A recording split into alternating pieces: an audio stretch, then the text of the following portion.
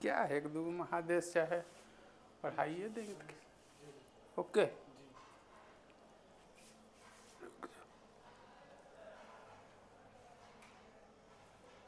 Okay है। Dear students, हम लोग जैसा कि ज्योग्राफी का मैप का क्लास चल रहा है, इसमें बेसिक चीज़ बताया गया था।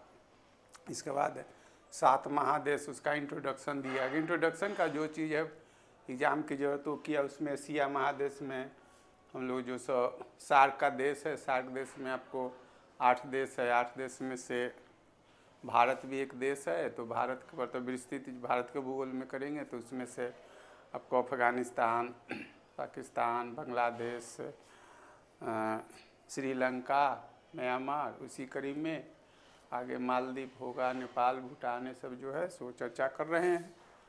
और देखिए अगला जो है आपका मालदीव है, तो द्वीपों का देश कहा जाता है। द्वीप समझते हैं जो ऐसा स्थल खंड जो चार तरफ स्थल से घिरा हो, that is termed as island. प्रायद्वीप जो 3 तरफ से बोलते चलते हैं, सब तो आप जानते ही होंगे। यह मूंगा से निर्मित है। मूंगा मीन्स कोरल, ठीक है। मूंगा होता क्या है, वह समुद्री सूक्ष्म जीव जो सिलिंट्रेटा फाइलम का, क्योंकि जिसका आरंभिक अवस्था अर्ली स्टेट पॉलिप कहलाता है, वो अपना जीवन चक्र अपने मृतकों के पेट से वही मूंगा या परबाल कहलाता है, तो ये कहा जाता है। फिर कहता है मालदीव भारत के लक्षद्वीप के दक्षिणी भाग में श्रीलंका की है। तो आपका देख रहे मूंगा, ये जो कोरल द्वीप है, दक्षिणी भाग श्रीलंका से देख रहे हैं, श्रीलंका से इधर है, और इतना डिग्री अक्षांश है, और 0 डिग्री अक्षांश हो तो अलग चीज़ है। तो 10 डिग्री चैनल जो है, 8 डिग्री चैनल जो है लक्षद्वीप से अलग करता है। तो लक्षद्वीप से अरब सागर का आप जानते हैं, अरबियन सी का ये है। इसमें 43 अभी तत्काल द्वीप है जो परबाल से बना हुआ है, और ये 0 डिग्री अक्षांश तो इसी तो लिखा हुआ है यहाँ, लक्षद्वीप से 8 डिग्री चैनल से अलग करता है। तो इसमें तो जो सीधा क्वेश्चन है, 0 डिग्री है तो 1 डिग्री एस माने यहाँ तक है ये, IN जो ऐसे 60 डिग्री तक है। 8 डिग्री चैनल है तो ये 7 मानिए का है। इसमें इतने द्वीप है जिसमें इसी पर मानव बसा हुआ है। विभाजक रेखा 8 डिग्री लक्षद्वीप और मालदीव, ये बार बार पूछता है। ये जो है से बार बार तो लक्षद्वीप जो है से भारतीय द्वीप समूह को स्थिति और नेचर या उत्पत्ति के आधार पर 2 वर्गों में बांटा गया है। एक जो है सो बंगाल की खाड़ी का द्वीप समूह है, जिसको अंडमान निकोबार द्वीप समूह कहा जाता है, जो ज्वालामुखी उद्गार से बना हुआ है। जबकि अरबियन सी का, अरब सागर का द्वीप समूह लक्षद्वीप है, वह परबाल या मूंगा से है। परबाल क्या होता है, समुद्री सूक्ष्म जीव है जो सिलिंट्रेटा समुदाय का होता है। उसका आरंभिक अवधि तो बोल चुके हैं। परबाल तो एक अलग चैप्टर है जिस पर ज़्यादा, तो ये भारतीय द्वीप समूह के अंतर्गत जो है सो जो सबसे बड़ा द्वीप समूह है अंडमान निकोबार है। इसमें 204 द्वीप है। इसमें अंडमान में 185 है, 19 जो है से निकोबार में। अंडमान निकोबार द्वीप पीछे चर्चा कर चुके हैं। अंडमान द्वीप समूह को निकोबार द्वीप समूह से 10 डिग्री चैनल अलग करता है। ये परबाल या मूंगा से बना हुआ है, जो मात्र 32 वर्ग किलोमीटर में फैला हुआ लक्षद्वीप समूह। इसमें एक मिनिकाय द्वीप जो है से सबसे बड़ा है। वो सब भारत के भूगोल में भी आएगा, चिंता नहीं करना है। और मिनिकाय द्वीप जो है से यद्यपि लक्षद्वीप समूह परबाल या मूंगा से बना हुआ है, लेकिन इसका जो सबसे बड़ा द्वीप है मिनिकाय, इसमें एक विशेष संरचना घोड़े के नाल के आकार के या अर्धचंद्राकार संरचना पाई जाती है, जिसे एटॉल कहा जाता है। ठीक है, एटॉल कहा जाता है। तो यही जो कह रहा है कि भारतीय द्वीप समूह जो अरब सागर का द्वीप समूह है लक्षद्वीप, जो परबाल से बना हुआ है, और मालदीव जो वो भी उससे दक्षिण में है, वो भी जो है से भारत का पूरा उत्तरी गोलार्ध में है। और ये जो है से दक्षिणी गोलार्ध से लेकर उत्तरी गोलार्ध, दक्षिणी गोलार्ध का मतलब 0 डिग्री जो हुआ भूमध्य रेखा यहाँ से है, या यहाँ तक जो है ये 8 है तो 7 है। यही तो लिखा हुआ है, समझने का चीज़ है। फिर कहता है जो परबाल से बना हुआ, तो ये लक्षद्वीप समूह को मालदीव जो द्वीपीय देश है। द्वीपीय मतलब चारों तरफ जल से घिरा हुआ है, जो प्रवाल से बना हुआ है। इसका विस्तार दक्षिणी गोलार्ध से उत्तरी गोलार्ध में है। दक्षिणी गोलार्ध में 1 डिग्री एस से लेकर उत्तरी गोलार्ध में 7 डिग्री एन तक है, मतलब उत्तरी अक्षांश तक है, दक्षिणी अक्षांश शुरू होकर। ये दोनों को बार बार जो अलग करता है, ये आपको याद रखिएगा, ये बार बार पूछा जाता है। फिर कहता है जी श्रीलंका है, ठीक है, इधर लक्षद्वीप समूह है, तो दोनों के बीच में जो है ये स्थित है, श्रीलंका है। तो श्रीलंका है, ये मन्नार की खाड़ी है, ये पाक जो है, ये बंगाल की खाड़ी है, इधर जो है से लक्षद्वीप समूह है, तो ये इसके बीच में है। ये तो कह रहा है। मालदीव का अक्षांशीय विस्तार ये 1 डिग्री एस। वो एस कहाँ से, जो इतना तो बेसिक चीज़ जानते ही हैं, 0 डिग्री अक्षांश यानी भूमध्य रेखा, जिसको इंग्लिश में इक्वेटर बोलते हैं, उसके ऊपर वाला हिस्सा एन होता है, उसके नीचे एस होता है। तो नीचा कहाँ तक है, यहाँ तक है, इसका मतलब 1 डिग्री है। तो ये जो है तो भूमध्य रेखा से 111 किलोमीटर नीचे शुरू होता है, 7 तक ये शुरू हो रहा है। इसका मतलब क्या हुआ, 111 मतलब 7, जितना किलोमीटर जो है यहाँ तक फैला हुआ है। सब एक एक चीज़ तोड़ के बता रहे हैं। तो ये आपका मालदीव हो गया। और भी है इसमें कुछ, वो तो लिखा हुआ था 102 में से मात्र इतना पर मानव बसा हुआ है। मुख्य भाषा अंग्रेजी है, इस A to Z डाला हुआ है। कहने के लिए एटलस है, लेकिन आपके ज़रूरत का चीज़ जो एक ढंग का, जो यूजुअली कैसे कहें जो कहीं नहीं है, सब जगह है। मार्केट में जो सब नोट है, चाहे जो लोग पढ़ाते हैं, बहुत लोग मार्केट में, तो उसको थोड़ा आप कंपेयर करिएगा, वो तो आपकी जिम्मेदारी है। भाषा अंग्रेजी है, अधिकांश लोग इस्लाम धर्म के माने, माले दिख ही रहा है आपको, माले है धर्म, अधिकांश जनसंख्या इस्लाम के अनुयायी, मुख्य भाषा अंग्रेजी है, सब लिखा हुआ है। फिर उष्णकटिबंधीय क्यों होगा कि भूमध्य रेखा से बगल में ही तो है, 1 डिग्री एस से शुरू होता है, ये तो भूमध्य रेखा से होता है, निकट होने जलवायु गर्म है, द्वीपीय देश होने के कारण महासागर के पास भारी वर्षा होती, ये सब तो सब कंसेप्ट का चीज़ है। क्योंकि इसका अधिकांश भाग भूमध्य रेखा के है, जिस कारण यहाँ की जलवायु उष्णकटिबंधीय होगी। भूमध्य रेखा का मतलब क्या हो गया, ये अगर इक्वेटर है तो इंसोलेशन सालों भर लंबा होता है, विषुवत रेखा के नज़दीक होगा तो सूर्य का प्रकाश सीधा पड़ेगा, दैट परपेंडिकुलर यानी राइट एंगल 90 पर पड़ेगा, तो सूर्याभिताप अधिक होगा और अधिक अवधि तक अधिक दर से होगा, तो स्वाभाविक है उसका क्लाइमेटिक कंडीशन जो ट्रॉपिकल होगा। तो सब समझने का चीज़ है, बार बार बोलते हैं, ये चाहे मैप हो, चाहे एक जो क्लास शुरू हुआ है, अभी तो शुरू हुआ है 2 क्लास, जो 6 to 12 का ज्योग्राफी है, वो सब उन लोगों के लिए है जो पढ़े हुए हैं, जो बढ़िया क्वेश्चन बनाना जानते हैं, चाहे जिनका 2-4 प्रश्नों से फिसल जाते हैं। एवरेज क्वेश्चन तो लाल है पीला है, उससे तो आप ठीक कर लेते हैं, तो उन लोग के लिए ज़्यादा लाभकारी है। जो बेसिक ज्योग्राफी जानते हैं वो तो फाउंडेशन में पढ़िए तभी सब होगा। ये तो जो चीज़ें बोल रहे हैं उन लोगों के लिए पढ़ा हुआ है, उसके लिए बहुत लाभकारी है, इससे बाहर कुछ नहीं रहेगा, लिखा ही हुआ है। तो फिर भी जो है जितना आप लाभान्वित हो सकते हैं, हम अपना काम कर रहे हैं। फिर द्वीपीय देश होने के कारण यहाँ प्रभाव से स्वाभाविक है। ग्लोबल वार्मिंग के लिए देखिए ये सब चीज़ दिख रहा है। सबसे ऊंचा स्थान जो है यही है आपका। फिर कहता ग्लोबल वार्मिंग के पिघलने के महासागरों का, तो इसी के लिए यहाँ पर देखिए मालदीव खतरा पर इसे पिघलेगा तो नदियाँ माध्यम सारा चीज़ लिख दिया, लिखित परीक्षा में भी देगा।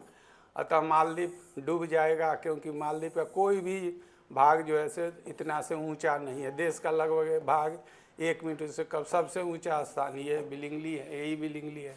देखिए आपका समुद्र तल है और ये 80% भाग यहीं तक है, और सबसे ऊंचा जो है से यही है बिलिंगली। ये सब क्वेश्चन पूछा हुआ है, सब डाला हुआ है, देख लीजिए। इसी लेवल है, ग्रेजुअली ऊंचाई बढ़ते सबसे ऊंचा जो है से इससे ऊंचा कोई है नहीं, सीधा सब क्वेश्चन है। इसी खतरा से देखिए यहाँ पर पीछे का चीज़ जोड़ दिए हैं को अपने कैबिनेट की मतलब समुद्र के नीचे विश्व समुदाय को समकालीन राष्ट्रपति कौन मोहम्मद नासिद ने अपने मंत्री, उस समय तो बहुत ही बर्निंग रहा था मतलब क्वेश्चन करेंट इवेंट खतरे की ओर दुनिया को आकर्षित करने के लिए अपने कैबिनेट के मीटर समुद्र तल से पानी के नीचे बुलाया था, एकदम पूरा बर्निंग रहा था।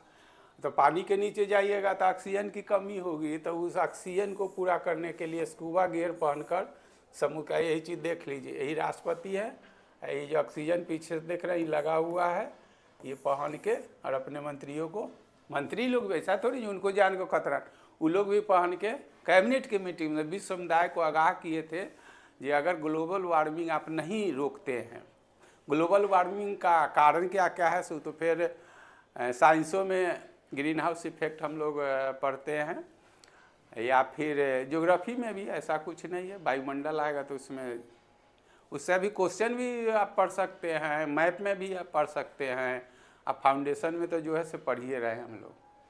तो ऐतिहासिक बैठक की थी जो ग्लोबल वार्मिंग नहीं रोकी है, तो यही नहीं जो और से समुद्र तट के किनारे जो सब जिसकी समुद्र तल से ज़्यादा ऊंचाई पर जो लोग जो देश और महाद्वीप बसे हुए हैं, तो उनके लिए ग्लोबल वार्मिंग सबसे ज़्यादा खतरा सिद्ध होगा, खतरनाक सिद्ध होगा। तो इसका क्या मतलब, ग्लोबल वार्मिंग होगा तो टेम्परेचर बढ़ेगा, टेम्परेचर बढ़ेगा तो आइस जिसको आप बर्फ़ कहते हैं पिघलेगा, तो सी लेवल जो है से समुद्र तल जो ये है से यहाँ चला आएगा, तो जिस ऊंचाई पर तो डूब जाएगा, तो जान माल के खतरा हो। तो ग्लोबल वार्मिंग के प्रति लोगों को आगाह करने से नियंत्रण कीजिए।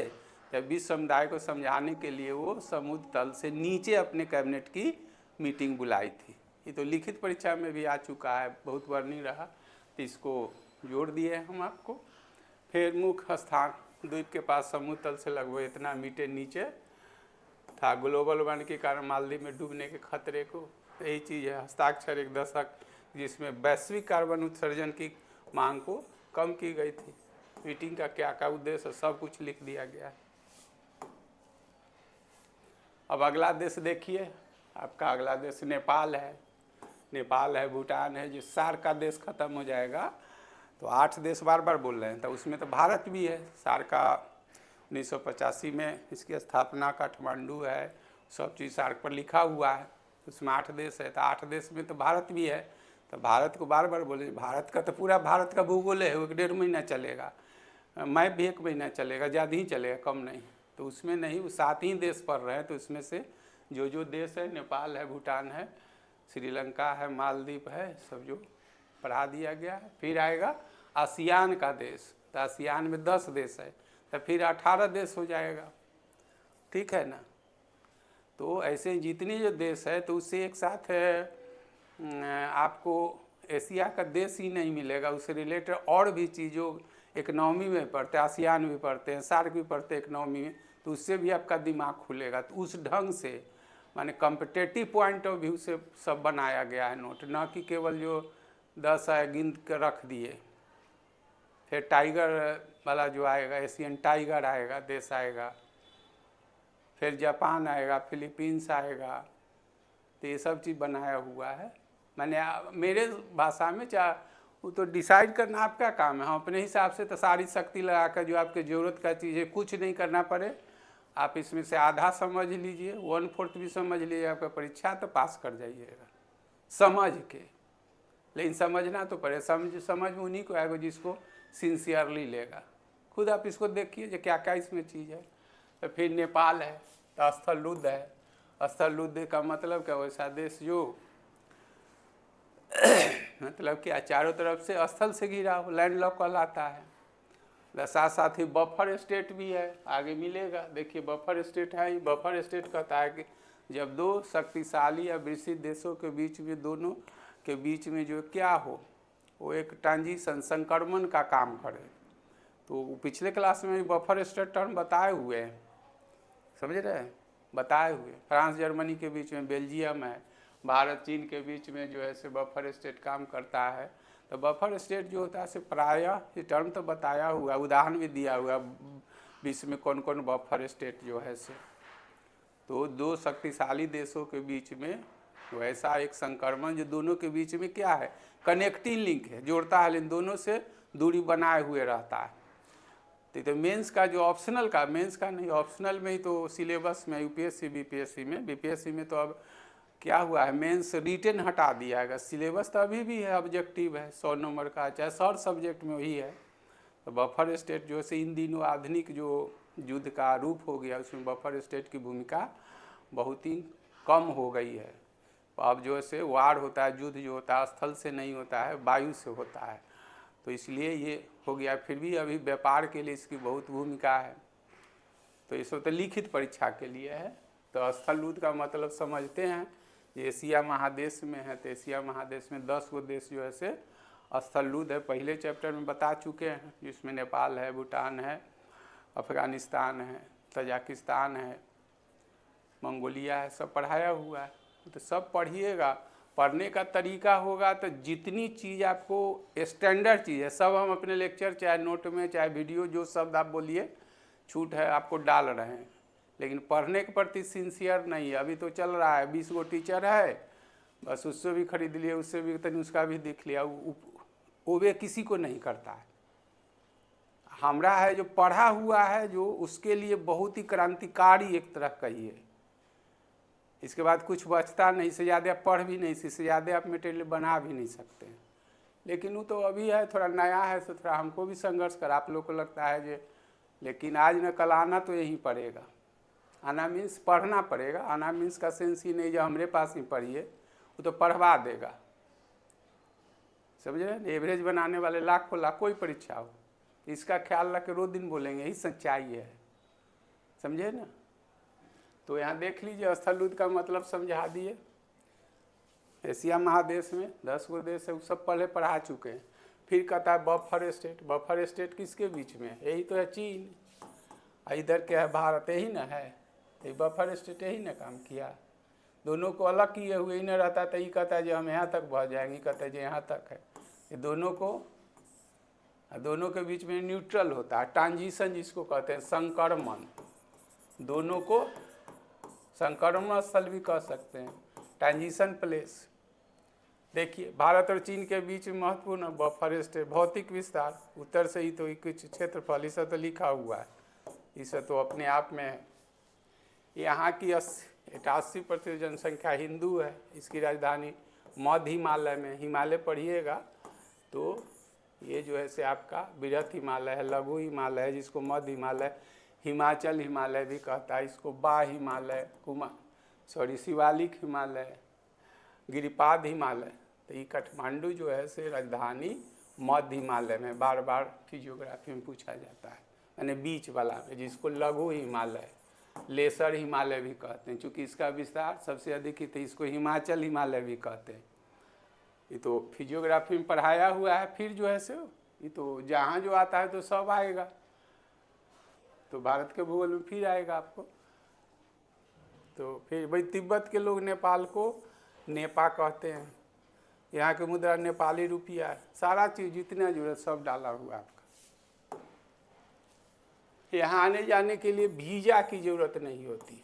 वीज़ा की ज़रूरत समझते हैं, वीज़ा जैसे टेम्पोररी चीज़ एक जो होता है, दो चीज़ होता है। वीज़ा मतलब दिया जाता है चाहे जिस अवधि के लिए, ठीक है ना। तो यहाँ आने जाने के लिए हर देश के साथ जो होता है अलग अलग रिश्ता। अब भारत की बात है, हम लोग भारत के हैं, तो यहाँ जाने के लिए वीज़ा की जरूरत। और देश में जाइएगा तो वीज़ा की ज़रूरत होगी। वीज़ा आपका जितना दिन तक है उतने दिन रहेगा, उसके बाद या तो वीज़ा रिन्यूअल कराइए, जो टर्म्स एंड कंडीशन है उसको भी कीजिए, अदरवाइज आपको अरेस्ट कर लिया जाएगा। अन्यथा आप लौट आइए, अन्यथा आप लौट आइए। भारत से बाहर गए हैं तो, चाहे भारत में ही दूसरे देश के लोग आते हैं, तो वीज़ा जो है टेम्प्रोरी चीज़ है, समझ रहे हैं ना।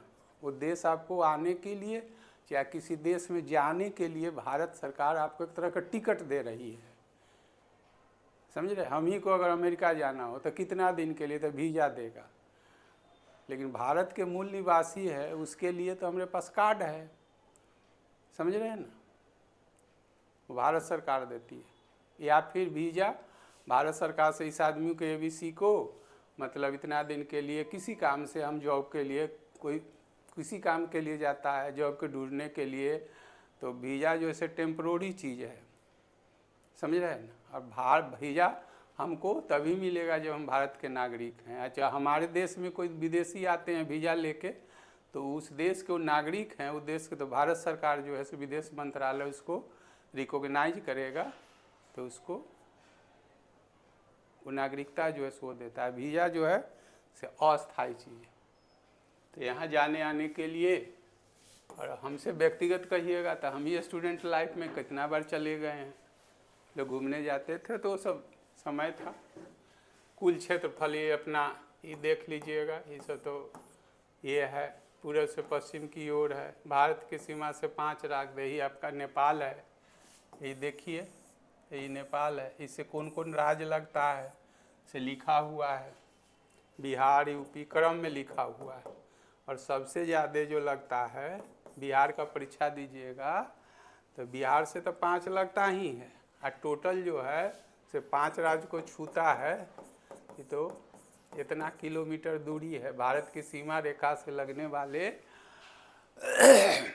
देशों की संख्या 7 है। इसमें सबसे अधिक बांग्लादेश है, दूसरे पर चीन, तीसरे पर पाकिस्तान, चौथे पर नेपाल, भूटान जो है सबसे कम अफगानिस्तान लगता है। तो आप रटे होंगे, लेकिन कुल जो है भारत की सीमा 7 जो 15,200 किलोमीटर की सीमा है ये, समझे। तो इसमें 1752 किलोमीटर, सारा क्वेश्चन बोल रहे हैं, 1752 किलोमीटर नेपाल से लगता है। अब हो गया भारत के हो गया। अब नेपाल से भारत के कितने राज्य लगते हैं? तब 5। तब कौन कौन? बिहार देख रहे हैं, बिहार, यूपी, उत्तराखंड, सिक्किम और पश्चिम बंगाल हो गया। ये सब अलग अलग क्वेश्चन नहीं है, सब एक के में है। थोड़ो पढ़ने का, इसी को टेस्ट लीजिएगा, चाहे जो लोग करते हैं इसी को 5-7 बार आपको टेस्ट में ले लेंगे। हम ये थोड़ो एक बार पढ़िए। अब फिर कहता है जो बिहार यूपी तो है, तो इसमें सब क्रम में लिख दिए हैं, सबसे अधिक बिहार से लगता है। बिहार का परीक्षा दीजिएगा तो 726 किलोमीटर की दूरी जो है बिहार राज्य का नेपाल से लगता है। दूसरे नंबर पर लगता है 551 किलोमीटर में है, और 275 किलोमीटर है। ये 100 है किलोमीटर में है, और ये 99 है। समझे, ये सब जगह नहीं, एक जगह आपको नहीं मिलेगा। आप लोग के लिए हम इतना मेहनत करते हैं जो कोई कसर न रहे। किसी भी परीक्षा एक क्वेश्चन से फिसलिए चाहे 10 से, फिसलना तो फिसलना है। तो एक बार पढ़ के तो देखिए, नोट को ओबे करिए जो कितना चीज़ इसमें डाला हुआ है, समझे। लेकिन हम लोग क्या करते हैं, एक बार टेस्ट लेंगे तो बिहार से कौन कौन जी, सॉरी नेपाल से कौन कौन बिहार का राज्य लगा है 5 गो, फिर एक बार पूछेंगे सबसे अधिक किससे, फिर सबसे कम। तो वैसे आप 20 बार मरते हैं, अब पसंद उसी को करते हैं। तो वो थोड़ा आसान पड़ता है, लेकिन ये टफ पड़ता है। लेकिन पढ़ना तो ही आज नहीं पड़े। कोई पूछेगा बिहार को सबसे अधिक कौन लगता है, बिहार सोचे बिहार है ये नहीं है। सबसे कम कौन लगता है, सिक्किम, सिक्किम वहाँ है ये नहीं। तो जो है उसी में से ना होगा। तो टोटल जो देखिएगा तो 1752 किलोमीटर है।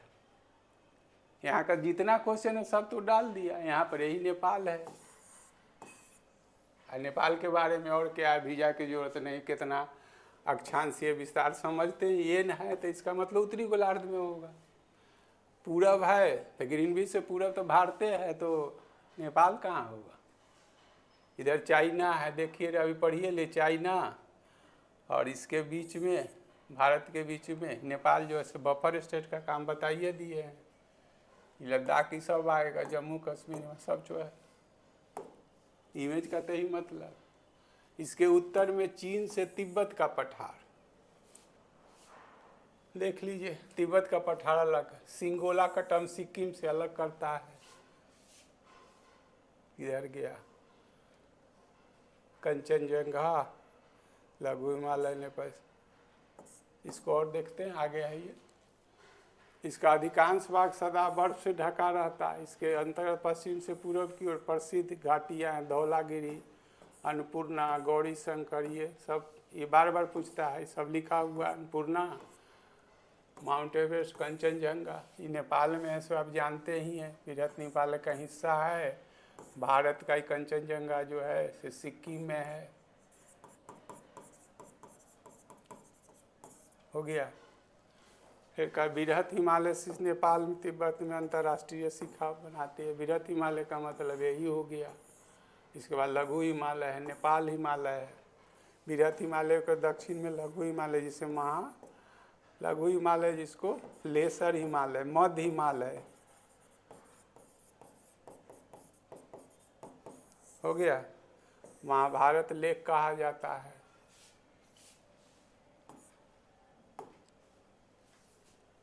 माउंट एवरेस्ट की ऊंचाई अभी ये हो गया है, नेपाल में स्थान सागर माथा कहते हैं। तो क्वेश्चन एक बार केबीसी का होता है बहुत पहले, जो इसमें अमिताभ बच्चन रहते हैं, पूछे थे, तो उसमें तो क्वेश्चन भी पूछा जाता है आपका एकेडमिक बैकग्राउंड देख के। अब जो साफ जाइएगा तो आसानी से कर दीजिएगा, तो पहले से बायोडाटा रहता है जो किस फील्ड से। अब टीचर से जाएगा तो टीचर से ये सब चीज़ थोड़ी तो ठीक करिए देगा। तो प्रश्न का भी वो स्तर वैसे ही रखते हैं जो जिस बैकग्राउंड से है। पूछा गया था तो सागर माथा का मतलब एक एक चीज़ लिख दिए, जबकि तिब्बत में इसको ये कहता है पर्वतों की रानी। कुछ नहीं करना है आपको, कुछ नहीं, खाली जितना डाइजेस्ट कर लीजिए और डाइजेस्ट करके देखिए जो क्वेश्चन कहाँ का न बनता, कहाँ का नहीं बनेगा तो सबका बढ़िया क्वेश्चन जहाँ से आपको परेशानी होती है। लहासा को यही जो दलाई लामा इसी के नेता हैं, स्वतंत्रता चाहते हैं, तो भारत में दलाई लामा को जो रखा गया है मानवता के रूप में, लेकिन चीन इसका विरोध करता है जो नहीं हो, हमरा विद्रोही है, हमरा जो ऐसे विरोध करने वाला उसको आप संरक्षण दिए हुए हैं, शरण दिए हुए हैं। तब दलाई लामा जो है तिब्बत का धार्मिक गुरु है, जो तिब्बत की स्वतंत्रता की बात करता है तो उसको मानवता के या शरणार्थी के रूप में भारत जो से यहाँ जगह दिए हुए है। लेकिन चीन इसको उल्टा मानता है। चाहे सोच अपना अपना स्टैंड हर समाज का, हर व्यक्ति का, नेता का, देश का अलग अलग होता है। हर देश के साथ का संबंध जो तो पॉलिटिकल चीज़ हो गया। तो उदाहरण दे दिए, दलाई लामा जो है से यही तिब्बत की स्वतंत्रता की बात करता है और वहाँ उसको दबाया सताया जाता है, जिस कारण भारत में उस शरणार्थी के रूप में मतलब या फिर मानवता के नाते भारतीय रखे हुए हैं। लेकिन चीन इसको कहता है जो हमारे विद्रोही, चाहे हमारा जो विरोध करने वाला उसको आप संरक्षण दे रहे हैं। तो लिखित परीक्षा के लिए हो गया। फिर लहासा का तिब्बती भाषा में ईश्वर का स्थान होता है, समझ लीजिए। लहासा को यात्रियों का स्वर कहा जाता है। नेपाल का मुख्य शहर काठमांडू तथा विराटनगर है। सब तो रटने का चीज़ है यहाँ पर। और देखिए अपवाह तंत्र, नेपाल हिमालय की कई नदियाँ जो दक्षिण की ओर से बहती है, नेपाल होते हुए भारत में प्रवेश करती है। तो एक बार नदी भी आपको ये सब जो है से देख लीजिए। गंगा की सहायक नदी है, तो काली जो है से इसको नेपाल, काली नदी जो है से नेपाल से निकलती है, समझे। ये भी नेपाल से निकलती थी, इसी को भारत में शारदा कहा जाता है, समझे। गंडक जो है, बागमती है, नहीं तो सब लिखा हुआ है। नेपाल दक्षिण से ऊपर भारत में प्रवेश करती है। तो एक नदी में भी आपको बताएंगे, नदियों का मुख्य स्रोत से नेपाल हिमालय है। और नेपाल हिमालय जो है, नेपाल का जब ऐसे जब इसी में आएगा, अगला चैप्टर में आएगा आपको, तो हिमालय का ऐसे वर्गीकरण करते हैं ना, तो ये जो है से बृहत हिमालय हो गया, ये जो हो गया लघु हिमालय, शिवालिक हिमालय हो गया, इसको हिमाद्री भी कहता है। आंतरिक हिमालय, इसको मध्य हिमालय, बाह्य हिमालय। आज जब फिर हिमालय का ऐसे वर्गीकरण कीजिएगा तब होगा पंजाब हिमालय, कुमायूं हिमालय, नेपाल हिमालय, समझ है ना। तो ये पंजाब हिमालय, कुमायूं हिमालय, ये नेपाल हिमालय, ये जो है से असम हिमालय, ठीक है। ये 560 किलोमीटर में, ये 320 किलोमीटर में, ये 800 के सबसे ये। तो इसी में जो है ये क्या कहता है, नेपाल हिमालय से सबका उद्गम होता है, समझे। तो सिंधु से सतलज के बीच, सतलज से काली, काली से तीस्ता के बीच में, सॉरी, इसका विस्तार है 800 किलोमीटर में। इसी में जो है विश्व की सर्वोच्च चोटी माउंट एवरेस्ट, जिसको सागर माथा नेपाल में कभी तुरंत पढ़े, ये सब इसी में। तो पढ़ना पड़ेगा। ये सब जो है से गंगा की सहायक नदी है, समझे। काली को शारदा, ये सब नदी पढ़िएगा। फिर सभी नदियाँ गंगा की सहायक नदियाँ हैं। जो नेपाल के दक्षिण दिशा में प्रवाहित भारत में अंतर गंगा में मिल जाती है। सर तो यही चीज़ दिखा दिया गया। कृषि, नेपाल मूलतः कृषि प्रधान देश है, इतना जनसंख्या कृषि पर, लेकिन पर्वतीय क्षेत्र होने के केवल इतने पर ही कृषि A to Z। तो लिखने वाला भी चीज़ इसमें, चावल यहाँ के मुख्य फसल है, नेपाल की तराई में उपजाया जाता है। जब नेपाल पढ़िएगा, सॉरी हिमालय पढ़िएगा, तो ये बृहत हिमालय, लघु हिमालय, शिवालिक हिमालय, इसी को कहता है भाबर प्रदेश, ठीक है। उसी के नीचे जो है तराई प्रदेश है, इसी तराई के क्षेत्र में बिहार का भूगोल पढ़िएगा तो इसी में आपको मिलेगा नेपाल से सटा हुआ जो 7 गो जिला है हमारा बिहार के, तो पश्चिमी चंपारण, पूर्वी चंपारण, सीतामढ़ी, मधुबनी, सुपौल, अररिया, किशनगंज, तो यही नेपाल के तराई का क्षेत्र है। यही तो क्या कह रहा है, नेपाल की तराई में उपजाया जाता है, इसमें नहीं, इसमें कंकड़ पत्थर बड़ा बड़ा रहता है।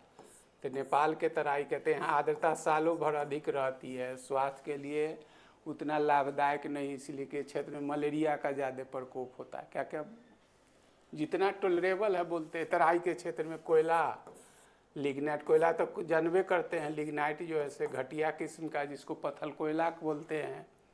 नेपाल में पेट्रोलियम नहीं मिली, जिस कारण ऊर्जा के लिए मेनली जल विद्युत है, हाइडल पावर,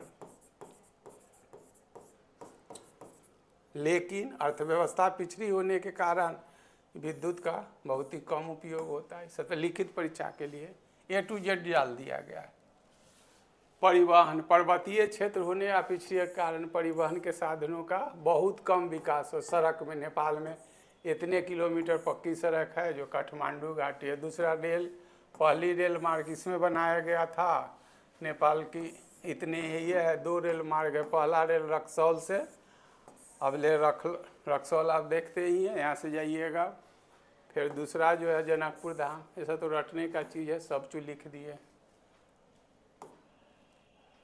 वायु परिवहन, रेल तथा सड़क कम विकसित होने के कारण वायु परिवहन अधिक जो है, ऐसे मत इसकी वायु कंपनी A to Z लिख दिया, विभिन्न स्थान से जोड़ती है। नेपाल की कुल जनसंख्या इतना है, यहाँ पर इतना प्रतिशत हिंदू है, 10% मुस्लिम है। जनसंख्या घनत्व इतना है जो नेपाल जैसे पर्वतीय देश के लिए काफ़ी अधिक है, क्योंकि यहाँ कृषि योग्य भूमि बहुत कम है तथा जीविकोपार्जन के साधन सीमित है। और है नेपाल की राजधानी काठमांडू इस देश का सबसे उन्नत भाग, जहाँ पर नेपाल की इतना जनसंख्या निवास करती है। काठमांडू नेपाल का सबसे बड़ा है। नेपाल विश्व का एकमात्र हिंदू, लेकिन अब ये धर्मनिरपेक्ष बन गया है। पुराना नाम गोरखा किंगडम था, अंत कब बना से और इसमें होगा। देखिए नेपाल का प्रथम सम्राट राजा पृथ्वी गोरखा राजा थे। अंतिम राजा ज्ञानेंद्र विक्रम शाह थे। नेपाल साम्राज्य की उत्पत्ति इतना में हुई और पतन जो हो गया इतना में, माने यहाँ से अब क्या हो गया, डेमोक्रेटिक हो गया। किंगडम जो राजतंत्र था क्या हो गया, डेमोक्रेटिक, माने लोकतांत्रिक हो गया। ये तो लिखा हुआ है। गोरखा साम्राज्य एक धर्मनिरपेक्ष राष्ट्र की यात्रा की पूर्व पहचान ये है। पुराना नाम किंगडम था, यह पहले विश्व का एकमात्र हिंदू था। साम्राज्य की उत्पत्ति जो होती है गोरखा राजा इसके द्वारा होती है। साम्राज्य का पतन अंतिम राजा ज्ञानेंद्र जो है कब हुआ से लिखा हुआ है। वर्तमान राजशाही के पतन करने बाद जो है धर्मनिरपेक्ष सेकुलर हो गया है, हो गया। इसमें और जो होगा भूटान होगा, जो सब ऐसे ही माने मिलते रहेगा। आप लोग क्या बोल सकते हैं, आपको अच्छा लगता है तो इसमें तो चला ही रहा। आप लोग एटलस में जुड़िए, और फिर वही बोलेंगे एटलस लाभकारी आपके लिए तभी बहुत होगा, पूर्णतः लाभकारी, जब आप पहले ज्योग्राफी पढ़े हुए तो कहीं से पढ़े हुए हैं। एटलस को देखिए तो कंटिन्यूटी में 3 महीना का कोर्स है, तो ये तो अभी शुरू हुआ है। A to Z जितने सारे देश हैं, जितने सारे महादेश हैं, 7 महादेश के, फिर जब ये एशिया ख़त्म होगा तो 200 से अधिक इससे रिलेटेड क्वेश्चन है। ये तो सारा देश हम पढ़ा लेंगे। जब एशिया महादेश का, तो इससे जितने जो क्वेश्चन है, कुछ मेरा डेवलप हुआ पहले से आया हुआ, तो क्वेश्चन जो है इसके बाद इसी सीरीज में आपको मिल जाएगा। जैसे एशिया ख़त्म होगा तो 215 या कुछ है, 14 उतना माइंड में नहीं आ रहा है, तो सब क्वेश्चन यहाँ डाल दिया जाएगा। जितने महादेश के जो इम्पोर्टेंट क्वेश्चन है, जो कुछ प्रीवियस है, कुछ अपने डेवलप किया हुआ, अब फिर उस क्वेश्चन को देखेंगे, तब आप पीछे जो पढ़े हैं अब PDF में तो सब उपलब्ध है, अपना देखिएगा तो कुछ बचेगा नहीं। फिर अफ्रीका महादेश करेंगे, अफ्रीका महादेश के जितने देश है जो जैसे करेंगे, फिर उससे रिलेटेड क्वेश्चन है लास्ट में, सब 100, 150, 200 सब में बनाया हुआ है, वो डालेंगे। फिर यूरोप होगा, उत्तरी होगा, अमेरिका होगा, दक्षिणी अमेरिका होगा, ऑस्ट्रेलिया होगा, अंटार्कटिका होगा, सबसे रिलेटेड, तब ये विश्व का भूगोल ख़त्म होगा। तब फिर भारत शुरू करेंगे। तो 3 महीना का कोर्स है, इसमें क्या सोचना है। इतना चीज़ आपको किया जा रहा है, इतना ईमानदारी से किया, तो भी आप लोग सोचते रहते हैं। अब फिर रखे मात्र 199। तो इसमें भी बहुत तरह क्या, उसमें क्या बोल सकते हैं। हम अपना काम कर रहे हैं, नेक्स्ट क्लास में मिलते हैं। इसकी अगली कड़ी में जो है और देश है, एशिया महादेश ख़त्म होगा, अभी इसमें 2-3 दिन लगेगा, ज़्यादा ही लगेगा, कम नहीं क्वेश्चन। तब फिर अफ्रीका महादेश। तो थोड़ो एक बार पढ़ लीजिए, कहीं पढ़ते हैं, कहीं कुछ पढ़िए, उस पर आज कोई नहीं नियंत्रण है। टीचर क्या नियंत्रण, माँ बाप जब नियंत्रण बच्चा पर नहीं कर पाता तो हम लोग कौन क्या है। लेकिन सच थोड़ा कड़ुआ तो होता है, लेकिन सच्चाई है, जो पढ़ना तो पड़ेगा, समझ रहे। पढ़ना तो ये सब पढ़ के देखिए, तब देखिए ना जो सेट फेटा एग्जाम, जो ओरिजिनल एग्जाम है। सेट में तो बहुत तरह के बात अलूल जलूल भी लोग करते हैं, टीचर भी बहुत तरह के मार्केट में है। दोनों हाथ से भर दीजिएगा, समझे हुए था, लेकिन समझना ही टफ काम है। इसमें कुछ नहीं छोड़ा गया है, सब चीज़ ऐसे आगे सब चीज़ मिलेगा। फिर इसमें एशिया ख़त्म होगा तो क्वेश्चन जो है 200 से ज़्यादा, हमको प्रॉपर ना ये 214, 15, 10 है, 200 से ज़्यादा है, इतना याद है। सब इस पर क्वेश्चन लाकर फिर 200 क्वेश्चन के डिस्कस कराएंगे। तो ये सब कहाँ कहाँ का चीज़ है, फिर आपका रिवीजन होगा। 3 महीना का समय लिए हैं, तो अभी थोड़ा स्लो चल रहे हैं, जो बच्चे कम हैं, चाहे फिर अभी बहुत तरह का काम मेरे पास है ना, बहुत तरह काम यही है, और क्या काम है। मटेरियल तैयार करना, कब कब क्या चीज़ डाला जाए। मिलते हैं नेक्स्ट क्लास में। Thank you.